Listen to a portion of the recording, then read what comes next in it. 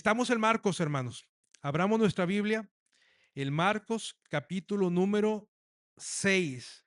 Vamos a iniciar el capítulo número 6 del Evangelio, gracias, del Evangelio de Marcos. Vamos a ver los primeros 13 versículos, del Evangelio de Marcos. Hace algunos años, bueno, todavía sigue saliendo, una película que se llama Misión, ¿se acuerdan? A lo mejor necesitamos ponerles música. Tan, tan, tararán, tan. Algo, hermana, por favor. Misión imposible, ¿verdad? Hay una gran diferencia entre la misión imposible y la misión posible. La misión posible, que es de lo que hablaremos hoy. ¿Cómo es la misión posible? Recordemos algo. Estamos hablando lo que implica el compromiso de seguir a Cristo. Usted y yo tenemos un compromiso al ser cristianos y seguidores de Jesucristo, y ese compromiso nos demanda una respuesta y nos demanda cumplir con él. Y titulé a este mensaje La misión posible.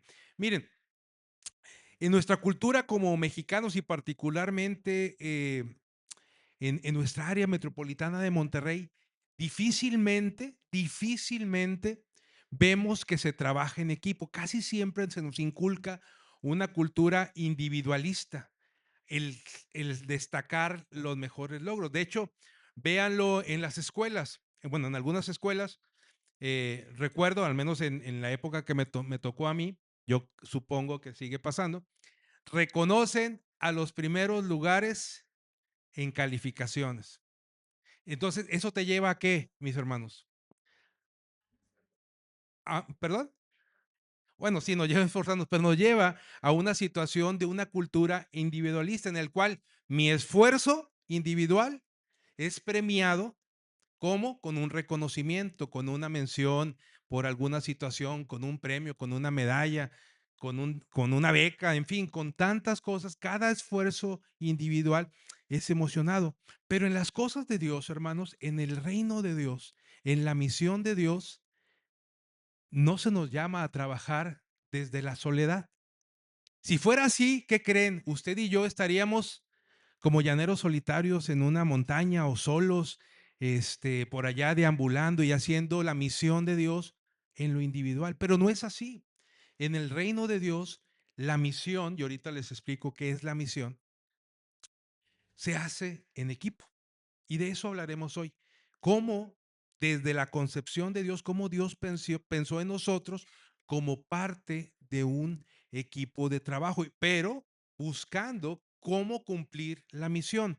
A diferencia de la película, si ustedes recordarán, los que vieron, si son cinéfilos, si vieron alguna de las películas, creo que van en la número 30 de Misión Imposible 30.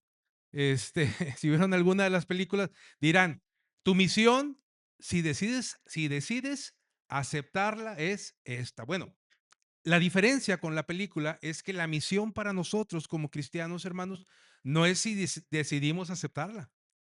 La misión de Dios la trazó y usted y yo tenemos el compromiso delante de Dios de llevar a cabo la misión. De hecho, Juan 20:21 nos dice, así nos dice Jesús, así como me envió el Padre, así yo los envío a cada uno de ustedes. ¿A quiénes enviaba, hermanos? A los discípulos. ¿Y usted y yo qué somos? Discípulos del Señor Jesucristo. Somos creyentes en Jesucristo. Usted y yo somos parte de la misión que el Señor traza. Y hablaremos de esto conforme vayamos desarrollando el punto. La misión es posible. Y número uno, hermano, quiero que sepas que la misión es posible. Ponemos la lámina número uno, a pesar de la oposición que enfrento. A pesar de la oposición que enfrento. Miren, voy a leer los versículos del 1 al 6 y ahorita hablamos sobre esto. Dice la palabra de Dios. Jesús salió de esa región y regresó con sus discípulos a Nazaret, su pueblo. Jesús regresó a su ciudad natal, a su estado natal, a su área. Versículo 2. Está también ahí, lo pueden pasar, por favor. Son las siguientes láminas. Ahí está, perfecto. Dice el versículo 2, el siguiente día de descanso comenzó a qué, hermanos? a enseñar. Jesús tenía siempre el propósito y costumbre de enseñar la palabra. ¿Dónde? En la sinagoga. Hablábamos la semana pasada que un líder de la sinagoga se le acercó, ¿verdad? ¿Dónde llegó Jesús a Nazaret? A la sinagoga. Ahora, dice, y muchos de los que lo oían quedaban asombrados, pues se preguntaban, ¿de dónde sacó toda esta sabiduría y el poder para realizar semejantes milagros? Pero luego dice versículo 3 y se burlaban. Fíjense ustedes, en lugar de creer por lo que estaba pasando, se burlaban y decían entre ellos, es un simple carpintero.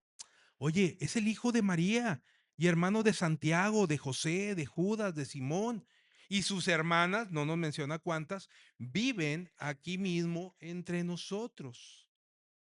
Se sentían, quienes, estas personas que estaban en las sinagogas decían, se sentían profundamente ofendidos y se negaron a creer en él, en Jesús.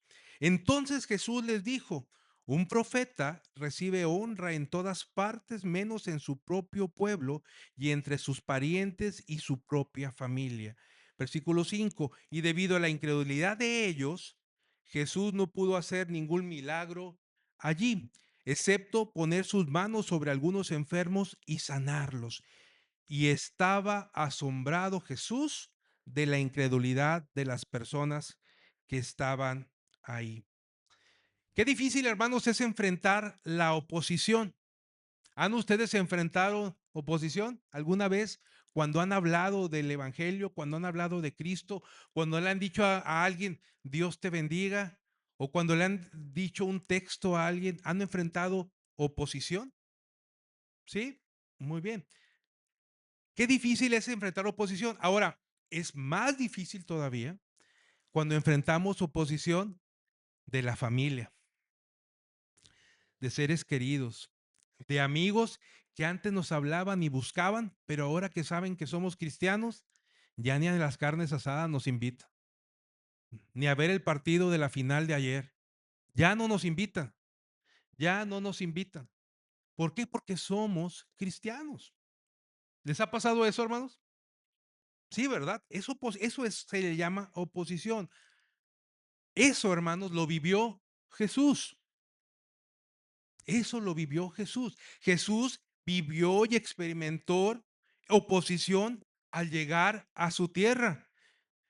Hermanos, imagínense, me quiero poner en los pies de Jesús. Imagínense que yo voy a Reynosa y que de repente digan, no, hombre, tú ya hablas como regio. Oye, ¿cómo? Si yo soy de aquí. No, si tú tienes esto, me empiezan a hacer oposición o ya no me invitan. No, tú ya no sabes de los tacos de acá, ya nada más puro taco de allá. Eso es oposición, es discriminación. Jesús vivió esto. Ahora, quiero que noten lo siguiente en los versículos. La gente conocía a Jesús, sí o no, en base a lo que leímos. ¿Qué piensan? Conocía a Jesús. La gente conocía a Jesús de lejos. Quizás no lo conocía como amigo, no lo conocía estrechamente, pero conocía de él.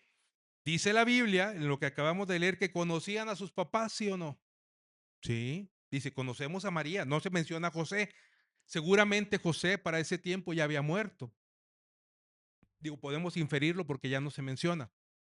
Sin embargo, menciona a María, menciona a cuatro hermanos al menos y hermanas, ¿verdad?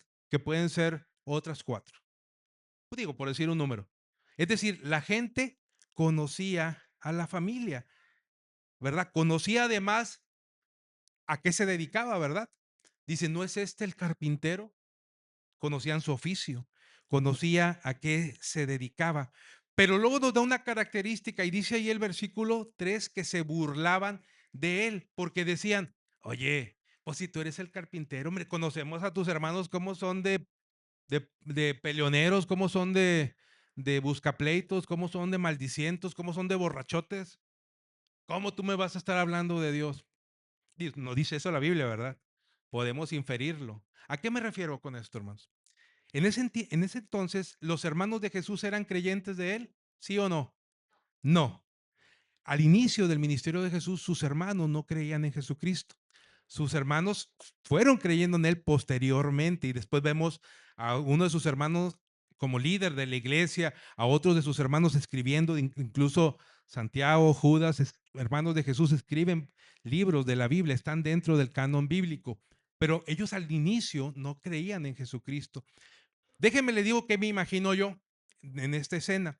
Yo me imagino que los hermanos se burlaban tanto de Jesús que lo compartían con sus amigos, con los vecinos de Nazaret. Es decir, decían, no, mira, se cree profeta, mira, cree que hace milagros. Y miren lo que dice la Biblia para decir lo que estoy diciendo. Dice Juan 7, y sus hermanos le dijeron a Jesús, sal de aquí y vete a Judea, donde tus seguidores puedan ver tus milagros. No puedes hacerte famoso si te escondes así. Si tienes poder para hacer cosas tan maravillosas, muéstrate al mundo. Versículo 5, pues ni siquiera sus hermanos creían en él. Es decir, lo que les acabo de leer era irónico. Estaban de una manera irónica burlándose de Jesús. Vete de aquí, vete a otro lugar a hacerte famoso, vete a una región donde puedas buscar hacer eso y burlarse. Yo me imagino, hermanos, que ellos al burlarse de Jesús se burlaban con la gente que lo rodeaba. Por eso cuando Jesús cuando llega a Nazaret y empieza a hablarles en la sinagoga de la palabra del Señor, cómo la ley se cumplía en él y empieza a hablarles de cada situación, la gente empezó, oye, espérame, si tus hermanos ni siquiera creen en ti, ¿cómo nosotros vamos a creer en ti? ¿Sabes algo, hermanos? Al igual que Jesús pasa con nuestra vida. Todos nosotros tenemos un pasado, todos, todos. En algunos es un pasado, pues se ve medio claro, pero en muchos de nosotros nuestro pasado es más turbio. Iba a decir que un agua, pero no. Pero más turbio que agua de lluvia cuando llega con la tierra y luego va corriendo por el cordón de la acera de nuestra casa. Turbio. Pero Dios nos liberó de ese pasado. Sin embargo, cuando la gente nos conoció de dónde andábamos y le hablamos nosotros de Dios, dicen, no, hombre, pues yo te conozco, si yo sé cómo eres o cómo eras, o yo sé con quién te juntabas, o yo sé que eras parte de esto, o yo sé que hacías esto, ¿a poco Dios ahora muy cristianito y ahora muy... Eso pasa, hermanos. ¿O les ha pasado o no? Eso pasa. Y es exactamente lo mismo que le pasó a Jesús. La gente se burla de nosotros ahora que somos cristianos y a pesar de la oposición que nos enfrentamos, que tenemos enfrente, usted y yo necesitamos cumplir con la misión de Dios. ¿De qué? De ir y predicar el Evangelio, de ir y hacer discípulos a todo el mundo.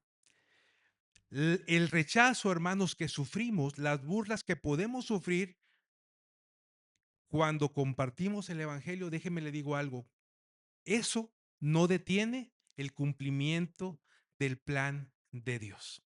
Es decir, si las burlas hubieran detenido a Jesús, ¿qué hubiera pasado, hermanos? Ahí se hubiera quedado, y hubiera dicho, ¿sabes qué? Ay, pues ya se empezaron a burlar, mejor no hago nada y ya no obedezco a mi padre y no me siento y no hago nada. Pero no fue así. La oposición no detiene el plan de Dios. ¿Cuál fue el plan de Dios? Que mandara a su Hijo Jesucristo a morir en una cruz en el Calvario por amor a usted y a mí, a cumplir lo que el Señor le mandó. El plan de Dios siguió. ¿Por qué? Porque la oposición, hermanos, las burlas no detienen el avance del Evangelio. Porque esto no detiene el avance del Evangelio. Así que, hermanos, si se burlan de usted, si usted recibe oposición, no se detenga. Eso no detiene el avance del Evangelio en nuestra vida. Miren, Jesucristo sufrió oposición desde que nació. Allá en Juan 1:11, ustedes recuerdan ese texto, dice, a los suyos vino, pero, pero los suyos no le recibieron. Y luego viene el cierre con el versículo 12. Más a los que le recibieron, a los que creen en su nombre, les dio el poder de ser llamados hijos de Dios. Fíjense ustedes, gracias a que otros se opusieron a Jesucristo, gracias a que otros le rechazaron, en el plan de Dios nosotros estamos ahora en él. Porque nosotros creímos y recibimos a Jesucristo en nuestro corazón. Isaías 53:3 nos habla de ese rechazo. Dice que Jesús fue despreciado y rechazado Fue hombre de dolores, conocedor del dolor más profundo, y nosotros le dimos la espalda, le desviamos la mirada, él fue despreciado y esto no nos importó. El Evangelio a lo largo de la historia, hermanos, ha sufrido desprecio. El Evangelio a lo largo de la historia ha sufrido oposición. ¿Qué pasó con los cristianos, hermanos, una vez que Jesús murió en el primer siglo? Al final del primer siglo y el inicio del segundo, ¿saben qué había en el mundo, hermanos? Empieza con y termina con secución. Había persecución. Y no era una persecución de que se burlaran, mira el cristiano, no, no. Era una persecución que iba implícita la vida de las personas. Si tú decías ser cristiano, ellos, el gobierno te perseguía. Había una familias que entregaban a familiares, amigos que entregaban amigos. Iba la vida. Podemos verlo en la historia. ¿Qué pasaba en el Imperio Romano en los circos? ¿A quienes sacrificaban a los leones? A nosotros, hermanos, a nosotros, a los cristianos, a los cristianos. ¿Por qué? Porque el ser cristiano, hermanos, era algo más que decir, voy a la iglesia los domingos. No, hermanos, ser cristiano es algo más. Ser cristiano es entregarse al Señor. Ser cristiano es vivir el evangelio. Ser cristiano es cumplir con la misión a una costa de nuestra vida misma, de lo que nosotros decimos amar y apreciar. Eso es ser cristianos, cumplir con la misión. Miren, el versículo 5 dice que debido a la incredulidad de ellos, no realizó milagros en las personas que estaban en Nazaret. Y eso que pasó en aquel entonces en Nazaret sigue pasando hoy en nuestros días. Me llamó la atención ayer que Luis me comentaba lo que una de las personas le dijo al estar pintando aquí afuera. Le dice, yo no creo en lo que está puesto, es lo que el texto que estás escribiendo. Al contrario, decía, yo pienso otras cosas. ¿Sabe cuándo va a haber la bendición de Dios en su vida? Nunca. ¿Y por qué? Debido a la incredulidad de ellos, Jesús no da la bendición, no realiza milagros en la vida de las personas. Repito, viene en la Biblia, versículo 5. Debido a la incredulidad de ellos, no realizó milagros en la vida de las personas. Hermanos, ¿cuántas veces no nos pasa a nosotros mismos que nos decimos cristianos? ¿Por qué no vivimos vidas triunfantes y vidas de bendición? ¿Por qué no vivimos vidas en donde avancemos y avancemos, sino que siempre estamos topándonos con una pared que nos hace caer? ¿Por qué? Debido a nuestra incredulidad, debido a no creerle a Jesús, debido a no creer lo que Jesús manda en la palabra. ¿Y cómo podemos creer, hermanos, si ni siquiera leemos la Biblia? ¿Sí ven la relación? El creer viene por el oír la palabra de Dios. Necesito conocer la palabra. Por eso iniciamos este año como iglesia el plan de leer la lectura en un año que todos leamos la Biblia. ¿Cómo van? Caray, ¿cómo van? Bien, bien o bien. ¿Cómo vamos? ¿Cómo vamos, verdad? Tenemos un plan de terminar la lectura y porque es parte de creer en Él, hermanos, es parte de aumentar nuestra fe. ¿Cuántas veces o cuánta gente hemos conocido, hermanos, que nos dice, necesito que Jesús me haga este milagro para que pueda creer en Él? ¿Hemos escuchado esa frase? Necesito que Dios me conteste oración y cuando me conteste, ahora sí voy a creer en Él. Pero saben, hermanos, esa pregunta está mal formulada o está mal hecha esa petición porque tiene la fórmula invertida. Primero necesito creer, ser crédulo, primero necesito creer en la palabra de Dios para que el Señor obre en mí. No es al revés, ser un incrédulo, porque debido a la incredulidad de ellos, el Señor no se manifiesta en bendición. La misión, hermanos, es ir y predicar el evangelio, es ir y hacer discípulos, sin importar el rechazo que podamos experimentar en nuestro entorno cercano. Piensen ustedes nada más por un minuto. Miren, hay un pasaje en la Biblia que dice que hablaba de Pablo y Silas, ese pasaje, y dice el pasaje que hablando de ellos, haciendo referencia a ellos, dice, y estos que trastornan el mundo por la predicación de la palabra, Estos que trastornan el mundo fueron echados presos. ¿Qué hubiera pasado, hermanos, con hermanos como Pablo y Silas, que fueron sujetos a oposición? Si se hubieran callado, ay, ¿sabes qué? Ya me metieron a la cárcel, entonces ya no voy a predicar el evangelio, ya mejor me voy a quedar calladito. Qué hubiera pasado hoy, 20 siglos después o 21 siglos después? No hubiera evangelio. No hubiera evangelio.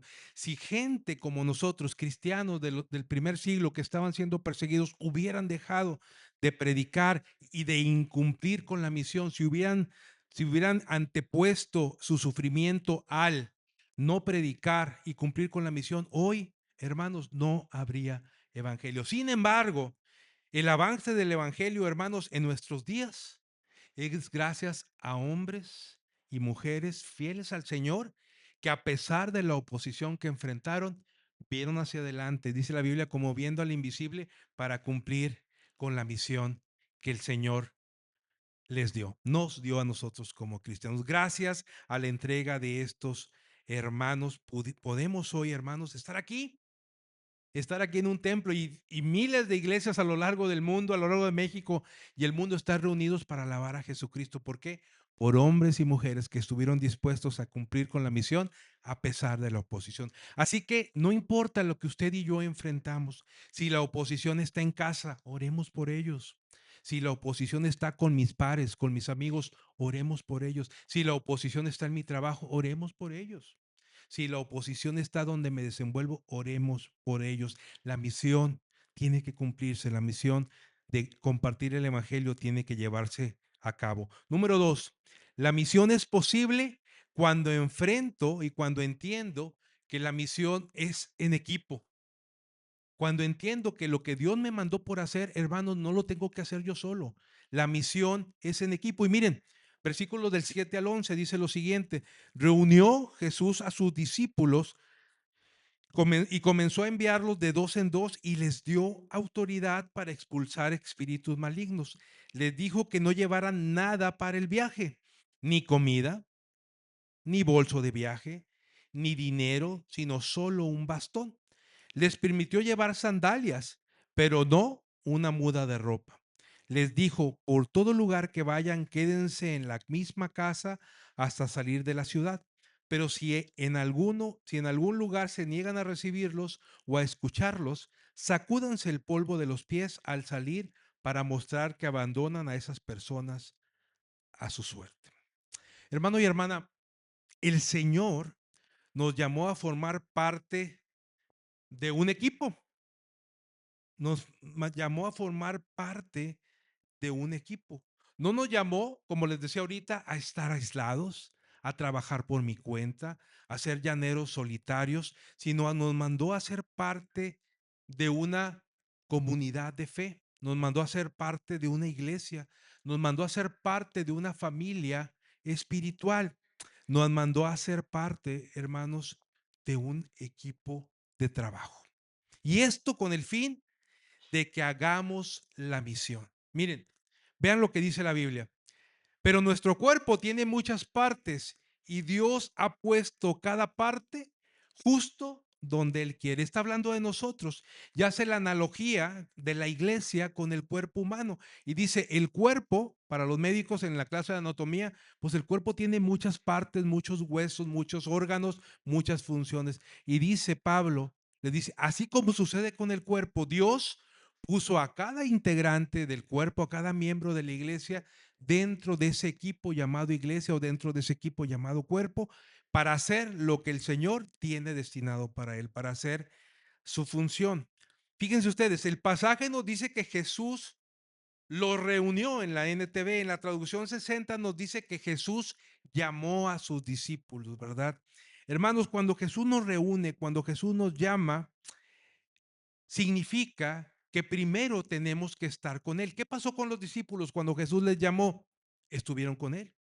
Estuvieron con Él, dicen algunos estudiosos de la Biblia, por casi 3 años, en los cuales Él les preparó, pero no los sentó en un aula. No los sentó en un aula y les dijo, a ver, vamos a aprender las primeras partes del Evangelio y lo que vamos a hacer. No, sino que en la vida diaria, en el camino, en lo que estaban haciendo, empezó a enseñarles cómo atendía a los necesitados, cómo miraba a la gente, cómo hablaba, cómo reaccionaba ante la oposición. Todo esto los discípulos lo veían. Entonces, después de reunirlos y llamarlos, dice la palabra del Señor que los envía de dos en dos. Así que antes de ser enviados, hermanos, ellos tuvieron que aprender.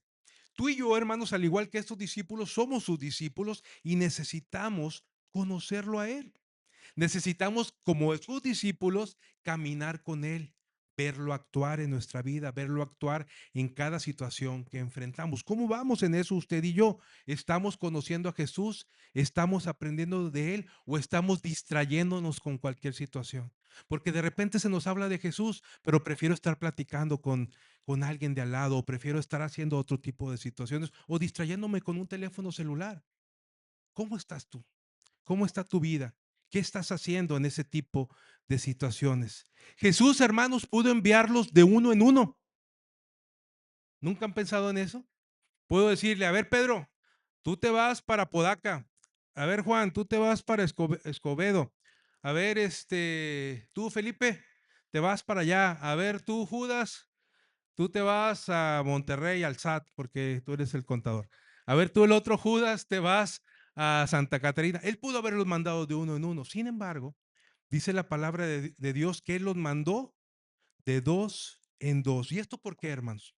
¿Esto por qué? Porque no estamos solos, porque usted y yo somos parte de una familia, somos parte de un equipo. La misma Biblia nos lo dice en Eclesiastés 4 del 9 a 12. Dice, porque mejor son dos que uno, porque tienen mejor paga de su trabajo, porque van a rendir más, van a ser mejor el fruto para ello. Porque si cayera el uno, el otro lo levanta. Si se tropieza el uno, no el otro se burla, no, el otro lo levanta, el otro lo ayuda, lo levanta. Porque si hace frío, entre los dos se dan calor, se cobijan.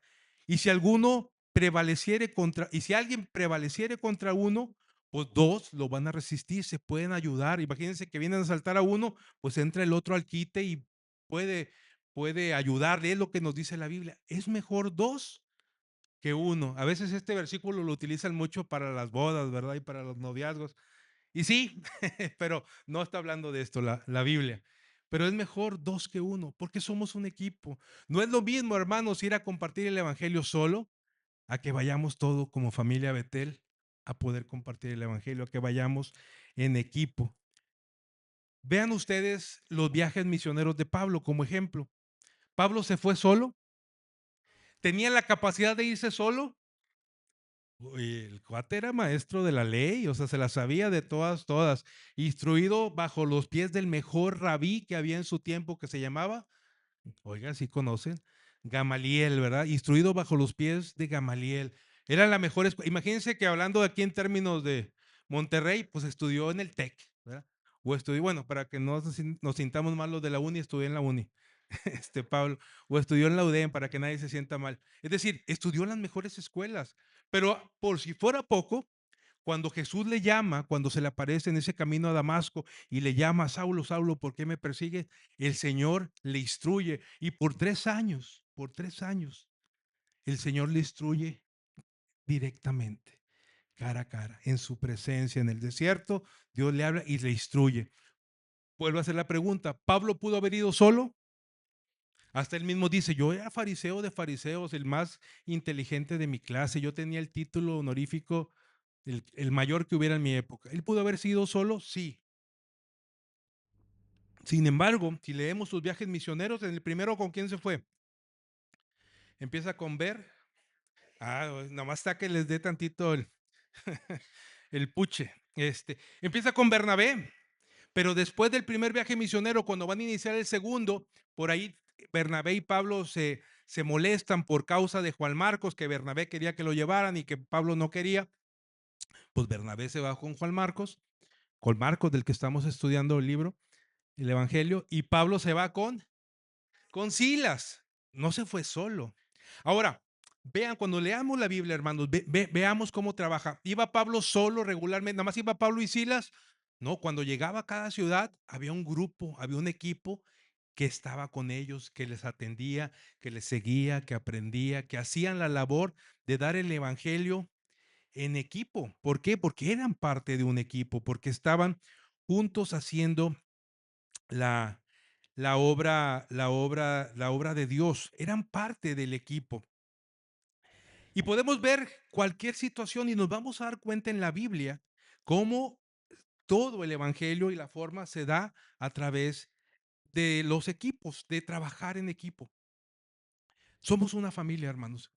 Les platicaba el ejemplo de Luis aquí afuera con esa persona, porque no fueron, te acercaron varios, ¿verdad? Y preguntaban y decían, oye, ¿y esto qué? ¿Y qué pasa con esto? ¿Y por qué un texto? Ah, es iglesia, ¿y qué pasa? ¿Era intencional lo que estaba haciendo Luis? Al pintar, sí, pero era intencional de compartir de la iglesia. De hecho, cuando llegamos había un joven con él platicando. Cuando yo llegué había un joven con él y platicando. Venía muy fresco. Traía un six aquí, así, así. Y le dio pena, porque luego llegó más gente y dijo, ¿sabes qué? Déjame me volteo porque ya me dio pena que me vean aquí platicando con ustedes con un six. Y se fue y lo dejó y luego regresó.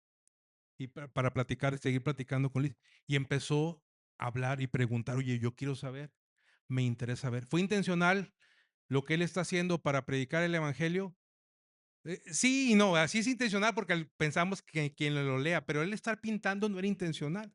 El otro señor acá en el parque que se acercó, que les platicaba que se acercó y nos preguntó, ¿y cómo le hago para integrar a mi hijo a la iglesia o a actividades de estas? ¿Fue nuestra intención ser intencionales? No, no, nosotros íbamos a una reunión de jóvenes en la que íbamos a comer las papitas que vieron ahí, que se acabaron, donde comieron pizzas que no salieron porque ya se habían acabado, donde comieron sandía también y por ahí naranja, y es que llegaron, ¿dónde está? Por acá llegó Cintia, acá muy fit, ¿verdad? Con naranjas y algunos nueces de la India, así muy rico, muy rico. Todo lo demás acá botana, estos eran fit y acá eran fats, ¿verdad? O sea, muy alto contenido en grasas. Pero no era nuestra intención compartir el evangelio. Sin embargo, hermanos, sin embargo, se compartió. Pudimos platicar con este hombre, con este varón, invitarlo al templo, incluir a su hijo. Se pudo platicar con este joven. Lo invitamos para la reunión del próximo jueves. Luis se quedó platicando con él. Seguramente le dijo más cosas. Quiero llevarlos a preguntar, ¿qué pasaría si fuéramos intencionales? Si esto que no es intencional, la gente pregunta porque nos ve haciendo cosas en equipo, estando juntos como jóvenes acá compartiendo o acá pintando, si nos ve hacer cosas y la gente pregunta, ¿qué pasaría si usted y yo nos tomamos en serio ser parte del equipo de la familia de Dios y somos intencionales en predicar el evangelio y cumplir con la misión? ¿Qué pasaría? ¿Perdón? Sí, o sea, ¿qué pasaría? Sería una explosión de crecimiento, hermanos. Si usted y yo entendemos que la misión se juega en equipo y somos intencionales al ir y compartir el evangelio, hermanos, estas 200 sillas que estarán aquí el próximo domingo nos van a quedar cortas. El espacio ya nos va a quedar corto. Tendríamos que hacer 2 o 3 cultos, a lo mejor sumar otros días de culto mientras tengamos este mismo espacio, porque el espacio está limitado. Pero vamos en ese camino a romper paradigmas. Cuando cumplimos la misión, hermanos, cuando, como leíamos ahorita, cuando le creemos a Dios, el Señor bendice. Cuando somos incrédulos y queremos hacer siempre lo mismo y seguir en la incredulidad, pues el Señor no derrama su bendición en ese sentido. Por eso les pongo este ejemplo. Cuando entendemos que la misión se da en equipo y somos intencionales, hermanos, podemos cumplir con la misión. La misión es posible, la misión es posible. Y adicionalmente el texto nos dice que cuando los envió no les dijo Jesús, órale, váyanse de dos en dos y les dio una patadita y vámonos. No, ¿verdad? Dice que les dio autoridad. Les dio autoridad, es decir, les dio herramientas. Ya les había capacitado, pero adicionalmente Jesús les da autoridad. ¿Para qué? Para echar fuera demonios. Le da autoridad para orar por las personas y sanar a las personas. Le da autoridad para predicar el evangelio. ¿Habrá creyentes? Sí. ¿Habrá gente que rechace el evangelio? También. O sea, habrá de los dos, ¿verdad? Va a haber creyentes y les dice, Cuando entres a una casa y crean en ti, crean en el evangelio del que tú estás predicando, quédate ahí, sigue predicando, enséñales, sigue que sea una casa de paz, que sigas predicando, que más gente venga y conozca. Pero si alguien no te recibe, si alguien toma juego el evangelio, si alguien no le cree en el evangelio, no le interesa, ¿qué les dice Jesús a sus discípulos? Dices, quítate la sandalia, digo, no me la puedo quitar aquí, ¿verdad? Pero quítate la sandalia, dice, sacude el polvo de tus pies. Y aquí la NTV lo deja muy ligero la frase y déjalos a su suerte. Ah, no quieren buscar de Dios, quieren seguir desconectados de Dios. Déjalos a ver cómo les va. Eso pasa, hermanos. La gente piensa que mucha gente piensa, no todos, mucha gente piensa que la vida cristiana es un juego. Mucha gente piensa que la vida cristiana es hereditaria. Mi papá fue cristiano, yo también. Mi abuelo fue cristiano, yo también. No, la vida cristiana no es hereditaria. La vida cristiana es una decisión personal de cada uno de nosotros. Y cuando usted no cree, hermanos, miren, es como en esta predicación. Si yo tomo como parte mía lo que yo estoy hablándoles del Evangelio. Pero si usted no cree, ¿qué debo de hacer yo? Sí, pero me sacudo el polvo de los pies. Yo ya hablé del Evangelio. Yo ya hablé del Evangelio. Hablé. ¿Crees? Gracias a Dios. Seguimos invirtiendo, seguimos creciendo juntos, seguimos haciendo. ¿No crees? Lo acabamos de leer. Para el incrédulo, no recibe la bendición. ¿Por qué? Porque no conoce a Dios. Tú y yo, hermanos, tenemos que darle cuentas a Dios. Y los discípulos recibieron autoridad para compartir el Evangelio. Dios les dio herramientas. Ahora, ¿por qué creen ustedes que les dio órdenes de que no llevaran nada? ¿Sí? ¿Por qué? Por una palabra que se llama dependencia. Dependencia. Miren, ¿qué pasa, hermanos? Si yo fuera millonario, ore. ¿Qué pasa si yo fuera millonario? Yo dijera, hace falta esto en la iglesia, ore. Ahí va, ahí va.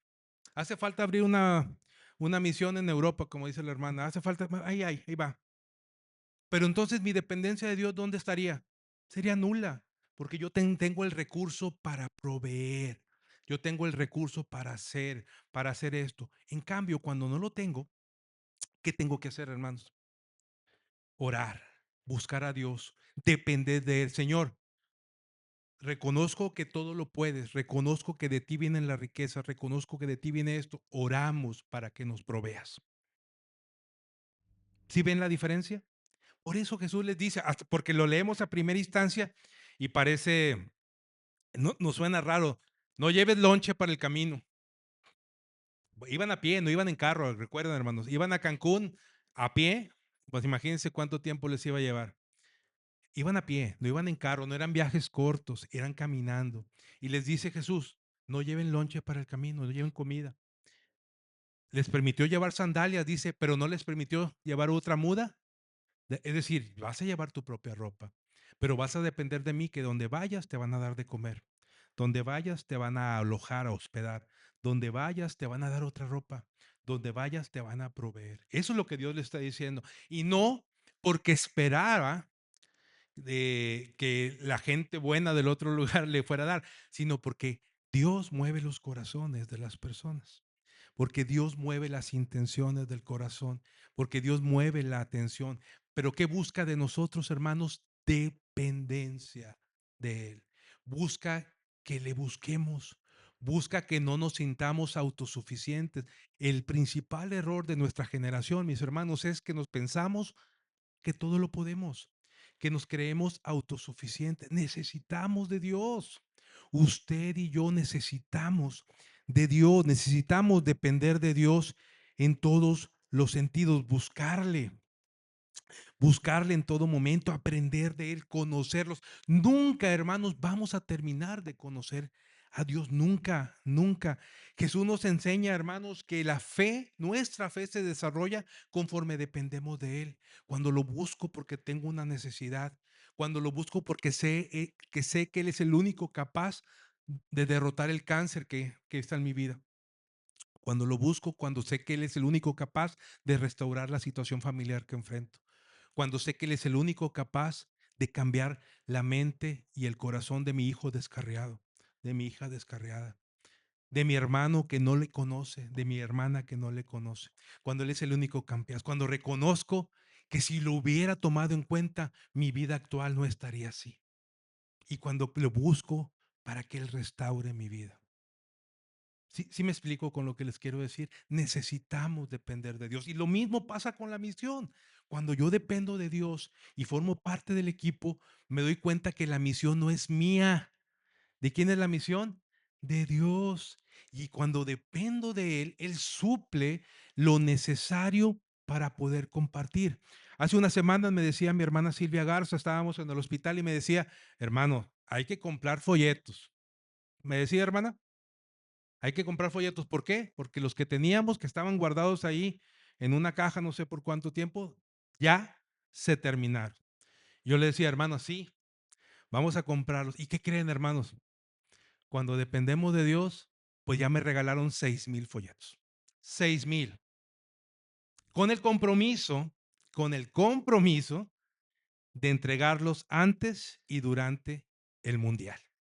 O sea que tenemos 40 días para entregarlos, para tomar fotos donde los estamos entregando, pero más allá de rendir cuentas, más allá de eso, para compartir la misión, para compartir el evangelio. Pero ¿quién proveyó, hermanos? Dios.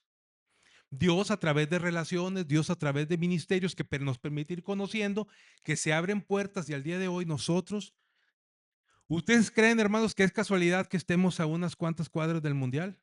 Del estadio donde se va a jugar uno de los partidos del Mundial o algunos partidos del Mundial. No, dentro del plan de Dios.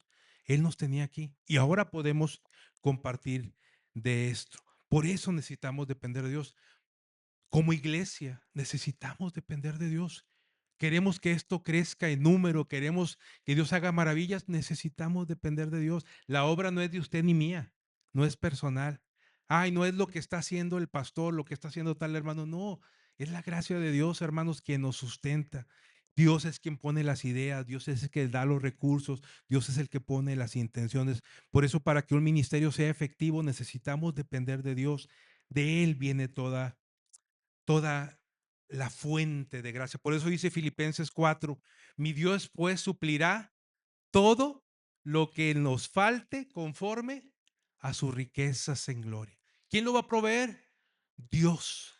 Dice la otra parte de la Biblia, toda buena dádiva, todo don perfecto desciende de lo alto del Padre de las luces, o sea, de Dios, en el cual no hay mudanza ni sombra de variación. Dios es fiel para cumplir con todo. Por eso, hermano, si tú estás buscando cumplir con la misión solo, no te desgastes. No lo vas a hacer así, te vas a desgastar únicamente. Necesitamos unirnos al equipo, unirnos a la familia Betel, unirnos al equipo Betel para poder cumplir con la misión. Y número tres y último, la misión es posible, hermanos, cuando realizo lo que tengo que hacer. Cuando hago lo que tengo que hacer. Miren, versículos 12 y 13. Entonces los discípulos salieron y decían a todos por donde iban que se arrepintieran de sus pecados y volvieran a Dios. También expulsaban a muchos demonios y sanaban a muchos enfermos, ungiéndolos con aceite de oliva. Hermanos, los discípulos hicieron lo que tenían que hacer, lo que Jesús les ordenó, lo que Él les mandó por hacer. Los discípulos obedecieron e hicieron lo que tenían que hacer. Salieron y dice la palabra de Dios que predicaban el mensaje del Evangelio y le decían a la gente, arrepiéntate, el reino de los cielos se ha acercado. Les decían lo que dice Hechos 3:19, así que arrepentíos y convertidos para que sean borrados tus pecados y vengan de la presencia del Señor tiempos de refrigerio. ¿Quieres que haya, yo me imagino así a los discípulos diciéndole a la gente, ¿quieres que haya tiempo de refrigerio en tu vida? Arrepiéntete, vuélvete a Dios, vuélvete al Señor. Por eso, hermano, la Biblia es muy clara cuando nos dice que todas las cosas provienen de Dios, que nos reconcilió, dice 2 Corintios 5, que nos reconcilió consigo mismo por Cristo y nos dio el ministerio a ti y a mí de la reconciliación, de reconciliar al mundo con Dios, que Dios estaba en Cristo reconciliando consigo al mundo, no tomándoles en cuenta a los hombres sus pecados, y nos encargó a ti y a mí la palabra de la reconciliación. Y termina en versículo 20 diciendo, así que somos embajadores, tú y yo, representantes de Dios en la tierra, somos embajadores en el nombre de Cristo. Como si Dios rogase por medio de nosotros, les rogamos en el nombre de Cristo, reconcíliense con Dios. Esa es nuestra palabra para el mundo. Necesitas reconciliarte con Dios. Necesitas reconciliarte con Dios. La misión, hermanos y hermanas, no es opcional. La misión es algo que tiene que hacerse. Tengo que tomar la decisión de hacerlo. Tengo que obedecer, ir a hablar el mensaje del Evangelio y reconciliar al mundo con Dios. Cierra el pasaje, y con esto concluyo, cierra el pasaje cuando nos dice que los discípulos que salieron expulsaban a muchos demonios y sanaban a muchos enfermos. ¿Quiénes hacían esto, hermanos? Los discípulos, los creyentes, usted y yo, usted y yo.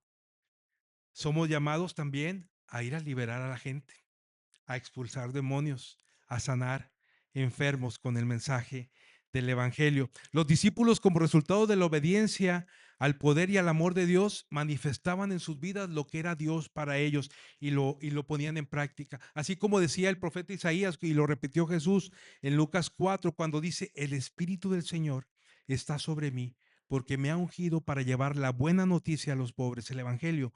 Me ha enviado a proclamar que los cautivos serán liberados, que los ciegos verán y que los oprimidos serán puestos en libertad. Hermanos, este mismo pasaje que Jesús le dijo, hoy se ha cumplido esto porque yo lo soy, ese mismo espíritu está en ti y en mí, en ti y en mí. Y Jesucristo nos ha llamado a ti y a mí de la misma manera, a predicar el Evangelio, a dar vista a los ciegos, a liberar a los cautivos, a liberar a aquellos que son oprimidos y que están siendo esclavos de situaciones complicadas. Pero también nos ha llamado a ti y a mí a poder sanar, a orar y sanar. No, el poder, vuelvo a insistir, el poder no está en nosotros. El poder está en Dios, el Dios en el cual creemos. Ese Dios, hermanos, porque yo creo en el Dios que abrió el mar rojo para que los israelitas pasaran en seco. Yo creo en el Dios que abrió el río Jordán para que su pueblo pasara y conquistara la tierra. Yo creo en ese Dios que calmó las tormentas por las cuales estaban navegando. Yo creo en el Dios que paró el tiempo cuando oró Josué y el sol se detuvo para que siguiera en la batalla. Yo creo en ese Dios. Yo no creo en un Dios crucificado o en una imagen que a veces la gente trae colgada en su cuello. Yo no creo en un Dios tradicional, familiar, que a veces se va de generación en generación. Ah, somos cristianos, pero somos de la secreta o somos la. Yo no creo en ese Dios.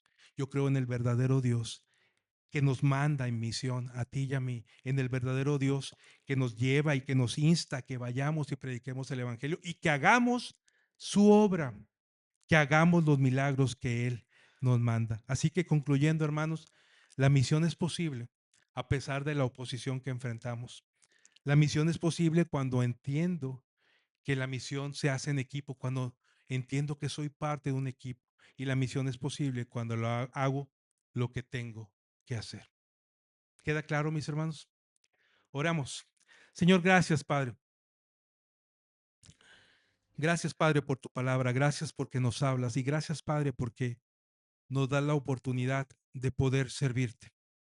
Porque, Señor, nos da la oportunidad de poder ir a ti y de obedecerte, Señor. Permite, Señor, que como iglesia podamos entender, como iglesia Betel, podamos entender, Señor, que soy parte de la visión, que somos parte de la misión que tú tienes en la tierra. Permítenos, Señor, ir más adelante de la oposición que enfrentamos y compartir el Evangelio. Permítenos, Señor, que nuestras vidas sean vidas dignas, que prediquen tu Evangelio, al hablar y al no hablar, al comportarnos como hijos tuyos, pero que hablemos de tu verdad, Señor, que podamos llevar la sanidad que tú nos das a los demás, que podamos llevar la libertad que tú nos has dado a los demás, que podamos dar de gracia lo que hemos recibido de gracia. Permítenos, Señor, saber que necesitamos trabajar en equipo. Permítenos entender que no estamos solos, Señor, de que no, la batalla no es no la peleo sola, sino que soy parte de un equipo, soy parte de una familia, soy parte de una iglesia, que aquí localmente se llama Betel, pero globalmente es tu iglesia, Señor, la iglesia de Jesucristo, y que somos un equipo, Señor, para llevar tu evangelio. Y permítanos entender que debo de obedecer, tengo que hacer lo que tengo que hacer, tengo que cumplir con el propósito tuyo que pusiste en mi vida. Y mientras seguimos orando, hermano, yo quiero hacer una invitación y quiero invitarte, invitarte a que si tú quieres cumplir con la misión, si tú quieres seguir a Jesucristo y quieres dejar atrás tu vida, quizás no tan comprometida, y ahora quieres comprometerte con Jesucristo por llevar la misión, yo quiero hacer la invitación a que levantes tu mano y me lo hagas saber para orar por ti. Si hay alguien aquí, Dios te bendiga. Alguien que quiera comprometerse, Dios te bendiga, hermano. Dios te bendiga. Dios les bendiga. Dios les bendiga. Dios les bendiga. Gracias a Dios. Gracias a Dios. Gracias, Padre. Gracias, Padre, porque tu palabra no vuelve a ti vacía y porque tú quieres y tienes hijos, Padre Santo, en Betel, que quieren cumplir con la misión. Gracias, Padre. Te pido que pongas en nosotros, Señor, el querer como el hacer para cumplir tu voluntad. Señor, haznos luz donde quiera que estemos, que podamos involucrarnos en los diversos ministerios de la iglesia y que podamos atraer a otros y llevarles a tus pies, que seamos esos puentes, esos portadores para que te conozcan, Señor. Y ahora, Padre, que nos despedimos, te pedimos que nos lleves con bien, que seas con tu iglesia. Señor, que en esta semana que iniciamos el día de hoy, podamos ser luz, podamos ser sal de la tierra, podamos dar sabor, podamos alumbrar con la luz de tu evangelio. Llévanos en paz, Padre, en el nombre de Cristo Jesús. Amén.